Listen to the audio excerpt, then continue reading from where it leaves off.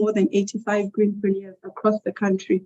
And during the stakeholder engagement process, we're able to also talk to our valued partners. These are the partners that have existing organizations here in Rwanda that support entrepreneurs. And so through this stakeholder engagement process, we were able to introduce the greenpreneurs to the partners and then also receive their commitment to become partners of the Rwanda Greenpreneurs Network. So the network is now legally registered in Rwanda, and this was done in 2023. And so the network is an opportunity for GGGI to be able to act as the facilitator that's going to be able to strengthen the support ecosystem for Rwanda greenpreneurs. Through our value-added services, we were able to promote and create awareness about the greenpreneurs in Rwanda and what diverse innovations that they have offered in their communities, but also across the continent. And so through the network, we're able to connect them to possible mentors and coaches. We are going to be able to provide capacity building, give them access to finance, and also the tools and resources that they need. And the network has been established in collaboration, as Lillian mentioned, with the Ministry of Youth, the Youth Connect Regional Hub and Africa office that is based here in Kigali. And we have several partners as well that are going to be able to offer their services to the greenpreneurs, depending on what business stage they're at.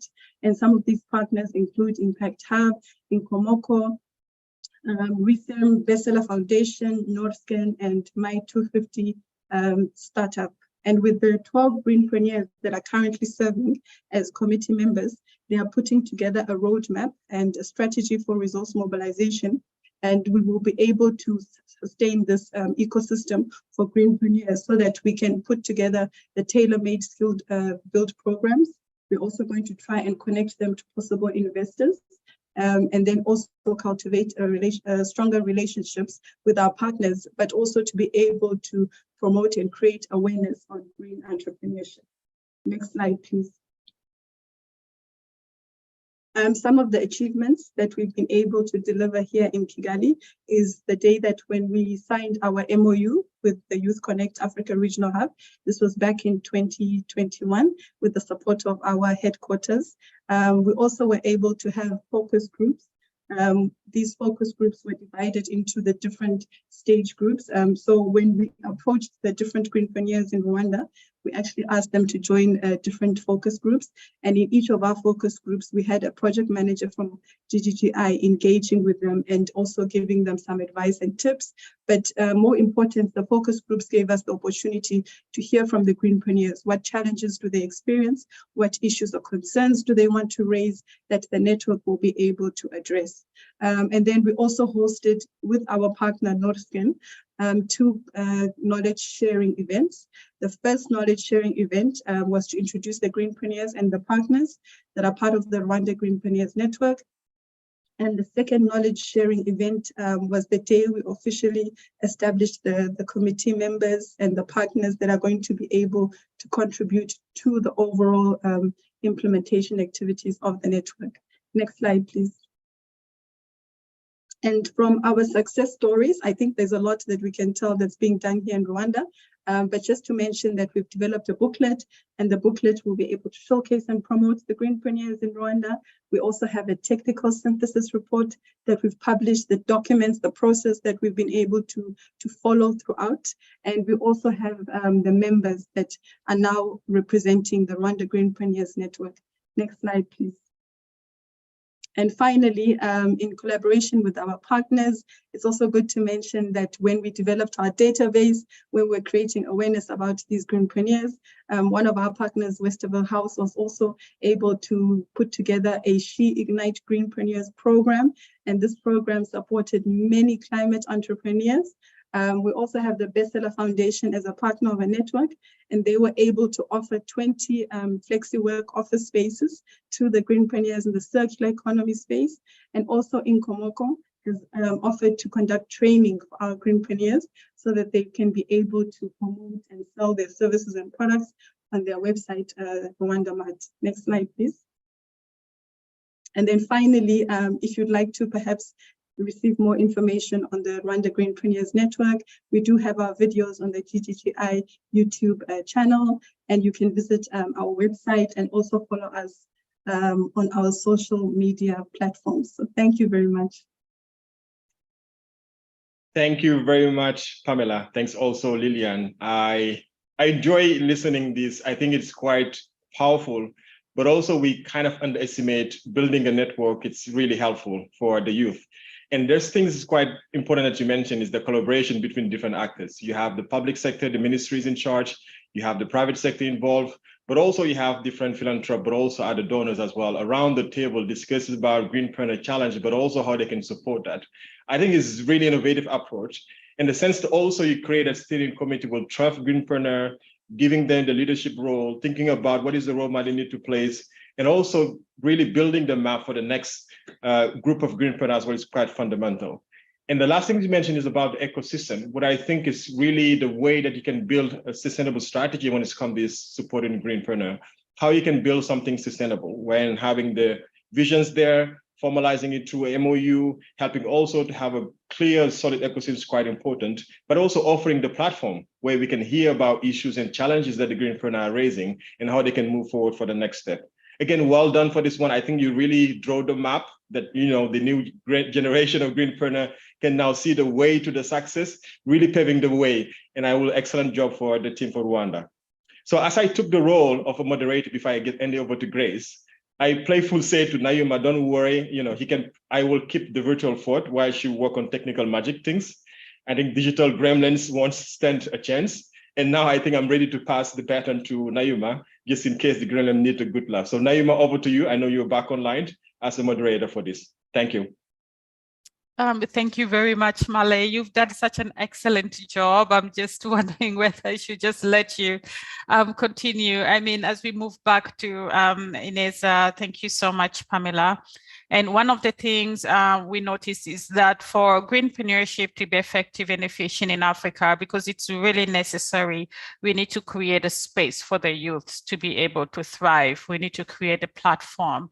And thank you so much to the team in Rwanda for creating a platform for the youths in the country to be able to fast show innovation, show creativity, and most importantly, transcend the barriers and the challenges that face a lot of youths in the region, to having other partners supporting them and creating more spaces for thinking, innovation, and co-creation. So as we hear from Ineza, she's going to show us exactly how a youth, as she has been able to capitalize on this and the incredible progress she's doing with what she has acquired. Over to you, Ineza.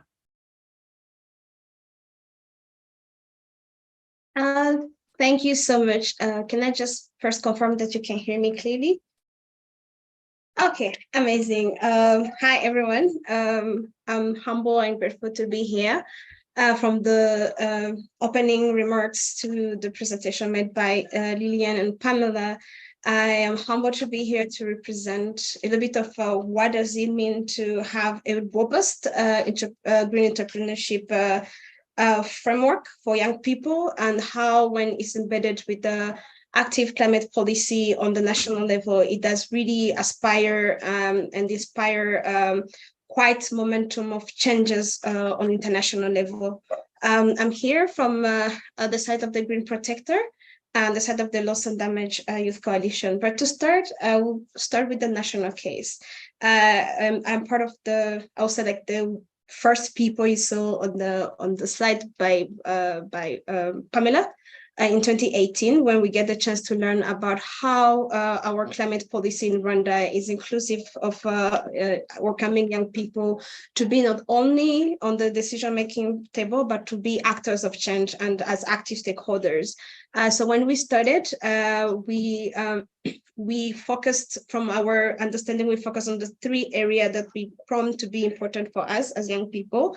We are focusing on climate action because we believe that everything that we are to give to the world today, especially in terms of protecting the future, has to be concrete action to the community. And what does that mean? It means that we as young people, we should be able to design bankable projects and scale them and fundraise them to implement them in our community. And the second cluster was all around education, because we believe that the next generation should be able to grow with green growth habits or understanding of where they are standing in terms of being actors of change, but in a much more hopeful manner instead of a hopeless way. And the other is around climate policy or engagement in climate policy. The reason why we picked up a policy is that, for example, in our country, when you look on how our climate infrastructure policies are clustered, it has a really important work coming, not for private sector, even public sector to be engaged, but we need to understand where is the decision-making power as we Rwandans, as we Africans stand in the international lens, and the only way to learn was to be engaged in the policy. So far, I would say that we've been able to conduct more than 10 activities, reaching more than 3,000 young people. We've been able to design and implement more than catalyze more than 5 partners, and even large funding and also small scale funding. And within our engagement, especially trying to go beyond Rwanda, beyond Africa. Next, we've been able to established what we can call the Loss and Damage Youth Grant Making Council. So this is from the Loss and Damage Youth Coalition. We've been able to advocate for the fact that youth are able to take concrete action to address loss and damage or the climate crisis. And these come from the sense to know that they can address the climate crisis in a much more innovative way. So you can approach it into from a private sector side, from a community sector side. And I will be 5 of the 11 members of the Grant Making Council are Rwandans. Can you go to the next slide? Through the council was established in 2022. So we've been able to disburse $150,000 to 11 youth-led action around the world, and 4 out of the 11 are working on the green skills, and they are located in Chad, Pakistan, Cameroon, and Uganda.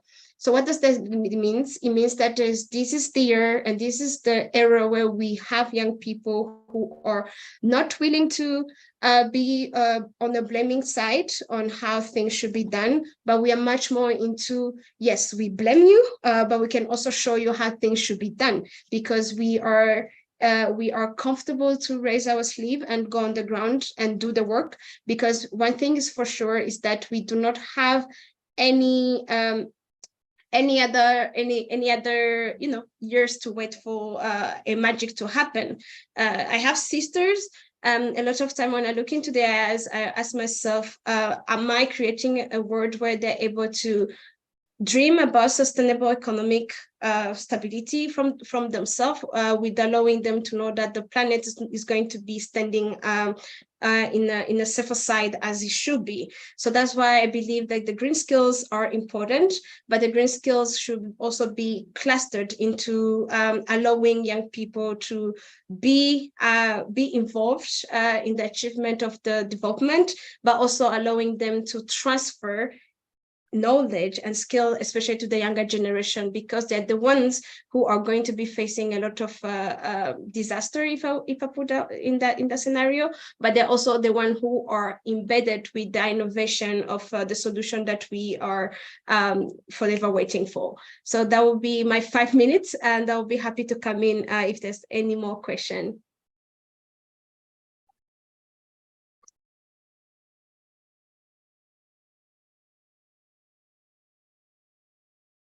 Thank you very much, Ineza. Sorry, I was having again a slight technology glitch. I really want to thank you for the excellent presentation. And what you're showing is really the future of Africa. And I think a lot of people don't see that because it's such a slow but progressing movement. And I think that although it is a slow progressive movement, it is a movement that is actually creating tentacles, as you said, and creating a lot of stability and making sure that in the future, the youths in Africa will be really shaping the future and the vision and the direction of economic growth and prosperity in Africa. So thank you so much for that. You have shown us that youth in Africa are not only agents of change, but they're agents of justice and they're agents of innovation. And being able to develop and catalyze climate finance at this young age is actually showing the pivotal knowledge and capacity of youths, not only in Rwanda, but as you've said, you have managed to go global and also encourage other youths globally that, you know, collectively we can be able to do change. It's not all about blaming, but it's actually creating that movement that will be shaping the future of youths, the future of climate change and the future of sustainable development. So as we move further, I would like to move to the next slide, whereby we will be letting our CR from Senegal, Asana Alio, to show what is happening in Senegal. So we are now moving from East Africa to West Africa. That's just to show you the vastness and of the degree when we talk about entrepreneurship in Africa. So over to you, Asana. Looking forward to what you can show us on what's happening on the west side of the region. Thank you very much. Thank you, Nanuma. Thank you all for this wonderful presentations. I've learned a lot myself through the sessions. To begin, I would say in Senegal, we have the country's foundation is under what we call the Green Senegal Emergent Plan, which is the national strategy, which has a green arm to achieve green growth. Next slide, please. Looking at the GGI and our work that we're doing in Senegal, I won't take too long on that, but I would just like to set the foundation as we have, of course, our strategic partner with us here from the BOSS PSO, who will go much more in depth into how do we achieve the green growth and how does that incorporate entrepreneurship and also job creation. When we're looking at Senegal in 2016, we're looking at a population growth, which is substantial to what, about 3%. By 2023, 60% of the country's population as to date is under 25 years, which makes it a bit more like what Ineza raised. The younger generation is pushing for opportunities and they want access to markets and also technical skills. And the labor market is still struggling to fulfill and secure employments for them. So access to finance for ideas that they come up with to bridge the employment gap by starting up their own small companies, entrepreneurs, or even innovating existing businesses remain a huge challenge. Under those circumstances, we're still looking at about 74% of those young people, they graduate, and only 41% of the individuals are without proper training and they remain unemployed. So how do you bridge the gap with those that are employed and educated and those that are fully educated or still unemployed, who are still competing in the same market as those that are not educated, but still need opportunities to create for themselves and their families? Next slide, please. In doing so, the government understood the need for young people. So they've created different clusters and they've created different sectors that enable them to address those areas. And looking at the SARS market of the investment sector, we're looking at the startup market. The startup market in Senegal ranging, we're going to take 2020 to 2022.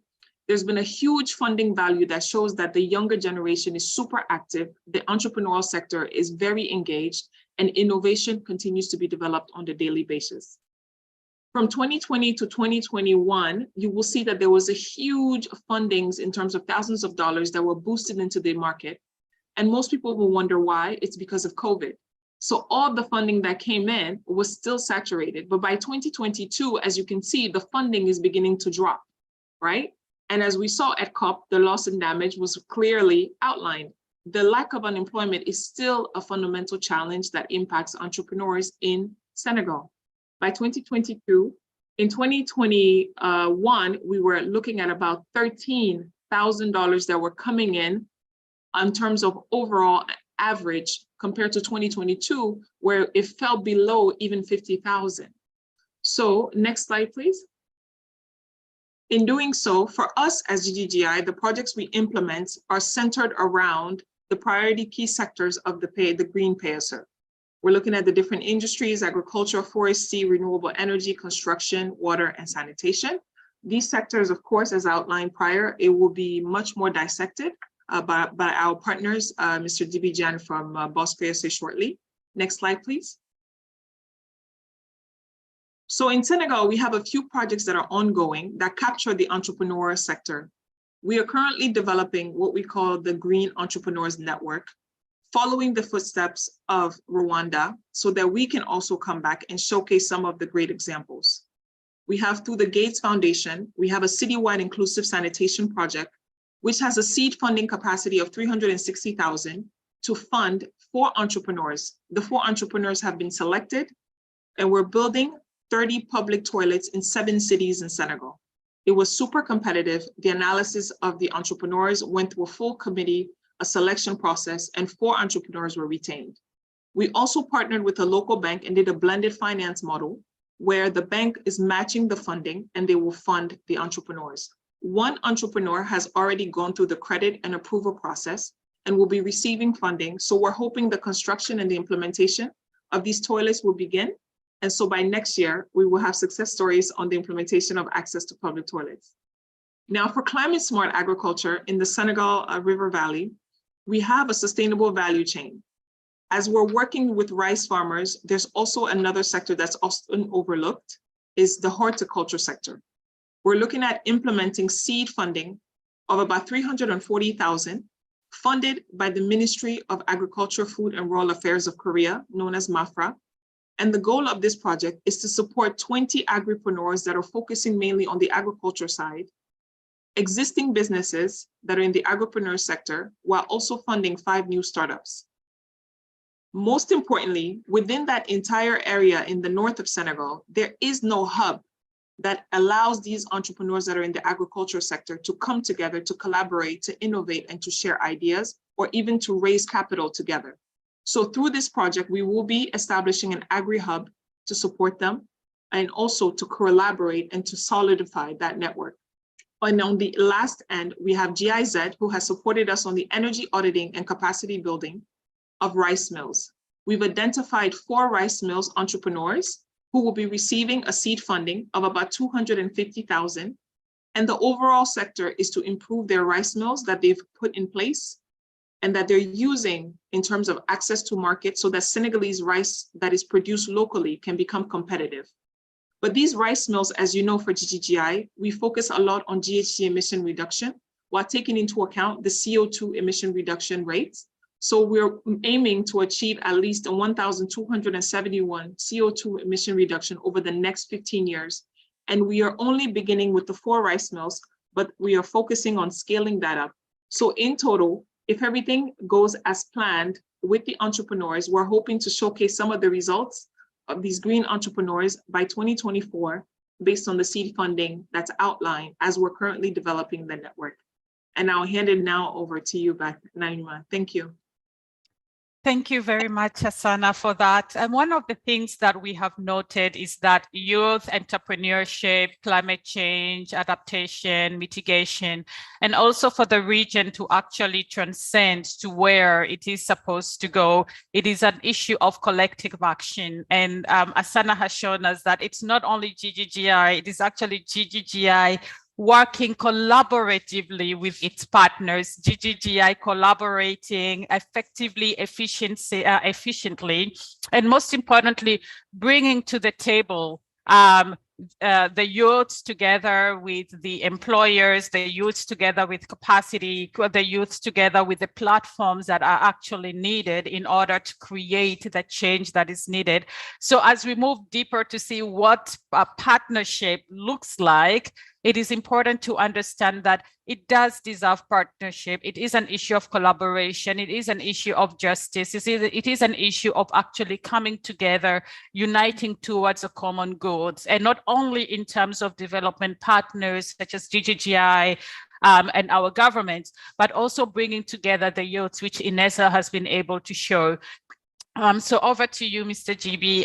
I would also like you to briefly introduce yourself and then delve deeper into the value of the Green Emerging Senegal Plan and how you have been able to roll that out and benefit the youths in Senegal. Thank you very much.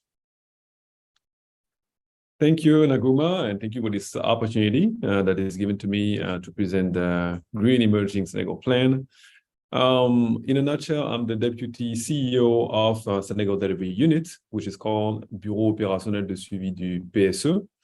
And we have worked together hand in hand with GTGI to actually structure and design what we call the Green Emerging Senegal Plan.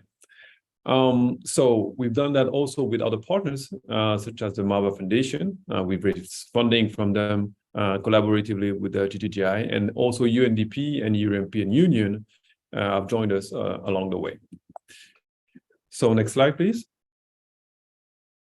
So who we are as a delivery unit, you know, the role of a delivery unit, for those who are not familiar with it, it's basically a unit at the center of the government that helps line ministries and agencies to deliver on their priorities. So we do follow I would say, the project cycle from end to end, early stage, the maturation and structuration of projects and reforms, such as what we've done for the Green Senegal Emerging Plan. Then during the execution, operational monitoring and problem solving. And then in the end, when the project or the reform is implemented, measuring the impacts, so socioeconomic impacts that are being generated and that can benefit the populations. Next slide, please. So a few key elements that justifies the structuring of this Green Emerging Senegal program. First, it's a priority initiative of our president for the phase 2 of Emerging Senegal Plan, which actually started 10 years ago, back in 2014. It's a major contribution to initiatives for the mitigation and adaptation to climate change. It definitely contributes to the sustainable management of natural resources and preservation of ecosystems. It's a major lever to create green jobs and promote the circular economies. And before this initiative, there were several projects and different types of initiatives in various sectors, but without any unifying framework. And that is what the Green Emerging Senegal program is about. It brings the framework that gathers all these initiatives. Next slide, please. So now, what is the vision of Senegal? So first and foremost, we aim to become an emerging country by 2035. And so to translate that into the green economy, today Senegal aims to promote green growth, resilient to climate change by mobilizing the potential of financing opportunities for green investments in the economy sectors by 2035. Next slide. Asana mentioned it. We, as part of this methodology, which is very structured, I would say, have defined at the very beginning the strategic orientation for this Green Emerging Senegal program, because it can touch many different sectors other than these ones. But we need it to be focused and then shortlist it to 6 priority sectors, meaning energy, industry, water and sanitation, urbanism and construction, forestry, and agriculture. And within these sectors, we have specific teams which are very important in terms of promoting green economy that we needed to address as part of this lab. Next slide. And so as part of the lab, a lab in a nutshell is an intensive workshop on a 5-week span with all the different stakeholders. And when we talk about stakeholders, it's public, private, the DFIs, the civil society, even the universities that come together and we co-construct an initiative. So we came in as unknown with just the idea or the concept that we want to actually implement. And we came out of this 5-week intensive workshop with all the key deliverables at hand to implement it. And so as part of this lab for the Green Senegal Emerging Plan, we actually selected 29 projects, and mainly private. So you can see 16 private projects from major firms that can be international, like Eiffage or others, and even small and medium enterprises in Senegal. Also PPPs, publics, and even community projects that were incubated. And for each of these projects, they came out in the end with the business plan, the risk analysis, the market study, the governance scheme, the detailed roadmap, and anything that is needed to first raise funding, and second, secure execution. Next slide, please. And so in terms of funding, when you look at the investment by sectors for the 6 priority sectors, the total is 520 million USD. And then you have the split between energy, urbanism, agri, industry, water, and also the support projects. Next slide. Something very important, because as we talk about green economy, is what will be the impacts, and especially the environment and climate impact that can be generated through this initiative. And we only talk here about the 29 projects that have been structured, matured during this lab. And so in terms of quantity, for example, of CO2, of GHG avoided, we talk about 2.6 million in 2027 and up to nearly 10 million in 2035. Same, the amount of carbon sequestrated in ton equivalent CO2, 6 million tons in 2027 and nearly 15 million in 2035. Conventional energies avoided, we had some projects in solar panels or any other kind of renewable energies. 15,000 gigawatt will be avoided in conventional energies in 2027 and up to 54,000 in 2035. Same for reforested areas, 100,000 plus in 2027, restored areas and areas under management. All of that has been calculated, so it's a very quantitative analysis, runs through the lab, and we expect that in this time frame. Next slide, please. And so what has been done today? This lab was in 2022. And so 1 year from now, we, and when I say we, it's the group of all the stakeholders from this lab, have formed a community other than just the Ministry of Environment, which is the institutional lead for this initiative. The group of the 27 project leaders that we actually gathered together in the lab formed themselves into a federation. And they were all unknown at the very beginning. And today, 7 of them have been part of the Invest in Senegal Forum in July this year. They've signed a partnership with the Industrial Upgrading and Modernization Office to benefit from technical and financial support from them. They are running a fund mobilization strategy together with GGI and a private consulting firm. They will participate as a federation at the COP28. They've been integrated into the Paris Agreement or article, the Article 6 in implementation partnerships. And last week, they were in the UK, in the West and Central Africa Forum in London, to also raise funding and push the agenda forward for the green economy in Senegal. So it shows you concretely, the outcome and what can be done when we work together to achieve green economy. Next slide. And I will finish by the perspective at the regional and continental level. We host a Center of Excellence as part of the African Delivery Need Network, which is basically all the similar organizations across the continent. And as part of it, 7 countries have come to Senegal to benchmark us. We've provided technical assistance to Nigeria, for example, in the kind of, I would say, structuring and defining monitoring tools for major projects. And there's also an opportunity to structure green public policy in another African countries following the same framework and methodology, and that can benefit many different areas. So I think I'm going to conclude on that. Next slide, please. Thank you for your attention, and I'll be very happy to answer any question you may have. Thank you. Thank you so much, GP, for that. It was great. It was incredible. I have have tons of questions, and I know that some of the colleagues online also have a lot of questions. So please, we see a couple of questions. So before we go into that, one of the biggest question I have for you, GB, so starting from you and then moving backwards, is that you have mentioned in order for the Green PSA to be as successful as it was and as successful as it is that it needed to have kind of like reform frameworks at the governmental level that actually go with where to support and create that enabling environment for the impacts of the Green PSA to be actualized.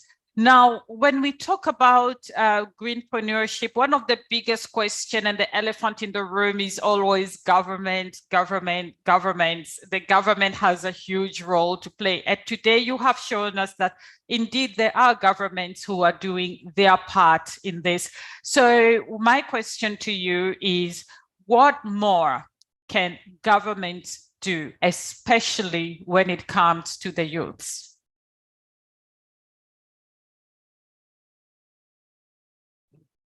Thank you for this question, and definitely the reform framework and enabling environment is key. I've focused mainly on the projects and the private entrepreneurship kind of initiative that was within the Green Emerging Senegal plan, but we indeed worked on the reform agenda. Actually, there is two major elements that should be the enablers for these entrepreneurs to flourish and basically just try to roll up their implementation plan. The first is we have conceived and designed a fund, because one of the issues for any kind of private entrepreneurs in Senegal, and especially in the green economy, is to be able to access funding and to access capital from the various green finance sources across the globe. Because first, there's this issue of language. Second, it's very technical in terms of process. And third, just to be able to read the landscape and to know where to go and who to talk to. And so this fund should be a catalyst, and it won't necessarily fund directly the project, but it will serve as an intermediary between all the project holders and then the source of funding that are available, and then go with them along the way. So it's in process. The Ministry of Environment and the Ministry of Finance have the lead at the national level, and they are putting together, this framework and making sure that it's going to be operational soon. The other one is the carbon market. We also tackled that issue during the lab to make sure that this is something usually that I would say entrepreneurs in Senegal don't really think about or are not aware of, but that's very easy money, if I could say it, that could be captured if you have the proper environment. And we talked about the regulation about this market in Senegal. So that's also something that is on the table of the Ministry of Environment. So what can we do for the youth? That's a wide question. That's something that I think it's way bigger than us and Senegal as a whole, because I believe that any African countries, and even any country in the world, has issue with what to do with the youth today and how to address their needs in terms of training, in terms of access to job, et cetera. And we have conducted a different initiative that actually lasted for also 5 weeks and finished up last week. And it's in a room just behind me. And we have structured the Youth Priority Program in Senegal. So it's different from the Green Initiative that we had with GGGI last year. But we, as part of this Youth Priority Program, tackle many different issues and also incubate some projects, but finally focused on many reforms. As I said, it can be about training, it can be about even access to health, leisure, in terms of nutrition, et cetera. So to have a youth population that will be empowered, and that will be the engine for the emergence of Senegal going forward. So that's very new, and that's will be the next flagship project, I would say. Thank you very much for that. I know there's a tons of questions because this has been such an exciting conversation. One thing I want to direct everyone's attention to is also in the chat, if the participants can kindly participate in one of our quick surveys. The other question that I have is I would love to give questions to my colleagues, GGGI colleagues in Senegal and also in Rwanda, but this question goes to Ineza. GB has mentioned that indeed regulatory frameworks are important, but beyond regulatory frameworks, there is that other big question is access to finance and access to funding. So really, really briefly, Ineza, how big does this question of funding play when it comes to youth voices and giving the youths, especially the youths of Africa, a seat at the table? So very, very briefly, Ineza, thank you.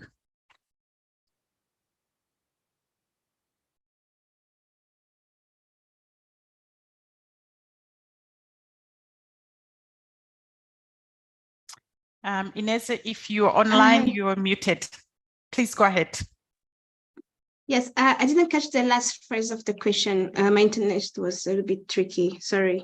No worries. Just briefly, GB has mentioned that beyond regulatory framework, one of the biggest challenges and also critical aspects when we're talking about youthpreneurship is actually the importance of access to funding. Because it really gives youth this opportunity to sit at the table. So in your experience, how big is this? How critical is the issue of funding?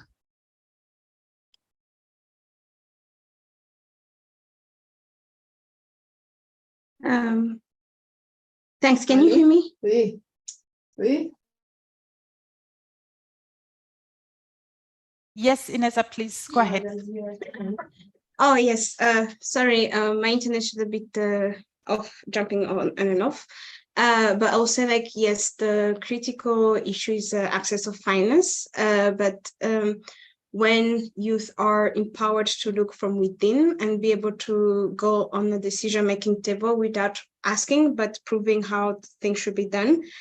We did a bit of concrete pilots on what they've been trying. I found that mechanism to help partners and funders to rethink their model of how they've been funding, because one thing for sure is for youth to have a decision-making power or even a seat in in the finance flow that is happening right now.